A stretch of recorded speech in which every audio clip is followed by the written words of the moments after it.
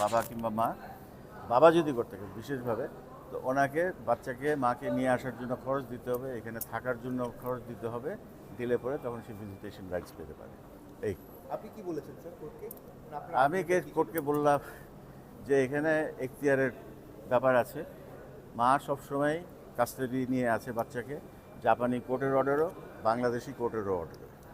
তো সেই জন্য কাস্টাডি যেখানে আছে, যে বাচ্চা সেখানেই থাকবে, অন্য প্যারেন্টকে, বাবাকে যেতে হবে বাচ্চার কাছে গিয়ে ওখানে দেখা করতে হবে।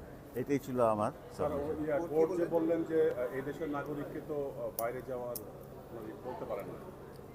হ্যাঁ, ওই দেশের নাগরিককেও বলতে পারেন না। আমি বললাম যে আপনি বিদেশের নাগরিককেও বলতে পারেন না যেখানে আসার জন্য, কিন্তু ওনারা বললেন যে এই জিনিসটাকে সমন্বয় করার জন্য এইটা ভালো একটা পন্থা হতে পারে। আমরা সেটাতে রাজি হয়েছি। সবসময় কি বললেন স্যার কোর্ট কবে কোন প্রস্তাবে আপনি রাজি হয়েছেন?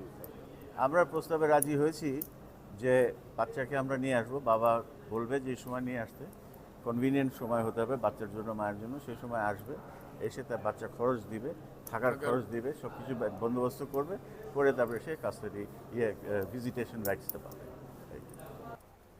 আজকে যে মূল আলোচনাটা হয়েছে তা মূলত বাবা এবং মায়ের ভিজিটেশন রাইট নিয়ে, অর্থাৎ বড় মেয়েকে বাবা কিভাবে দেখবেন, আর যে দ্বিতীয় মেয়ে বাবার কাছে আছেন তাকে মা কিভাবে দেখবেন।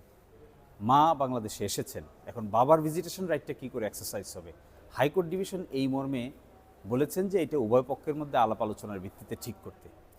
আমরা উভয় পক্ষ আজকে কোর্টকে বলেছিলাম, কোর্ট বলেছেন যে বড় মেয়ে যদি বাংলাদেশে আসে তাহলে তার ওয়াইফ এবং সেই মেয়ের যে টিকিট ফেয়ার, বিমান ভাড়া সহ বাংলাদেশে থাকা এবং মেনটেনেন্স কস্ট, এগুলো যদি বাবা ব্যবস্থা করেন তাহলে বড় মেয়েকে ভিজিটেশন রাইট এক্সারসাইজ করার ক্ষেত্রে কোর্ট অর্ডার দিবেন।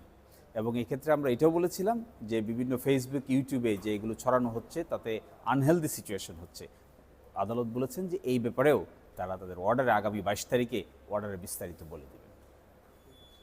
তো মূলত ভিজিটেশন রাইটটা, অর্থাৎ বড় মেয়েকে দেখার ক্ষেত্রে বাবার রাইট আর ছোট মেয়েকে দেখার ক্ষেত্রে মায়ের রাইট, এটি কীভাবে এক্সারসাইজ হবে এই সংক্রান্ত আদেশ এই আগামী 22 তারিখে দিবেন বলে আমি যতটুকু বুঝেছি আদালতের দৃষ্টিভঙ্গি থেকে। আপনি এই মামলার সঙ্গে রয়েছেন, আপনি কি মনে করেন আগামী অর্ডারের মধ্য দিয়ে এই ইস্যুটির সমাপ্তি হতে পারে?